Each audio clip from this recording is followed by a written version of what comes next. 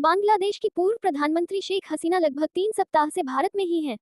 इस बीच पूर्व प्रधानमंत्री के अगले कदम के बारे में अटकलें लगाई जा रही हैं।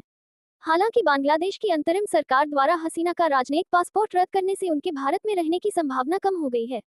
बांग्लादेश की अंतरिम सरकार ने अपदस्थ प्रधानमंत्री शेख हसीना के साथ साथ पूर्व मंत्रिमंडल के सभी सदस्यों का राजनयिक पासपोर्ट रद्द कर दिया है। देश के गृह मंत्रालय के सुरक्षा सेवा प्रभाग ने घोषणा करते हुए कहा है कि शेख हसीना, उनके सलाहकारों, पूर्व कैबिनेट सदस्यों और हाल ही में भंग की गई 12वीं जातीय संसद के सभी सदस्यों और उनके जीवनसाथियों का राजनयिक पासपोर्ट तत्काल प्रभाव से रद्द कर दिया जाएगा। अंतरिम सरकार ने ये कदम विद्यार्थियों के नेतृत्व में हुए विरोध प्रदर्शन के बाद तत्कालीन प्रधानमंत्री शेख हसीना द्वारा इस्तीफा देने और भारत चले जाने के लगभग 2 सप्ताह बाद उठाया है।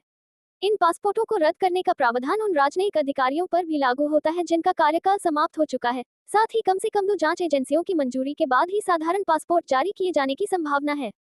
क्या शेख हसीना को प्रत्यर्पण का खतरा है?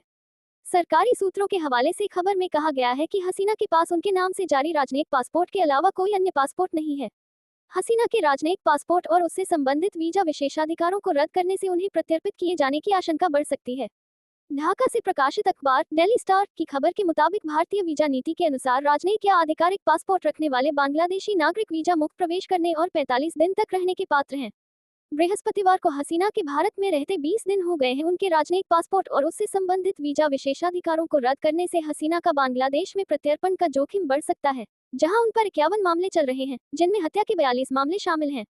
हसीना का प्रत्यर्पण बांग्लादेश और भारत के बीच 2013 की प्रत्यर्पण संधि के कानूनी ढांचे के अंतर्गत आएगा, जिसे 2016 में संशोधित किया गया था।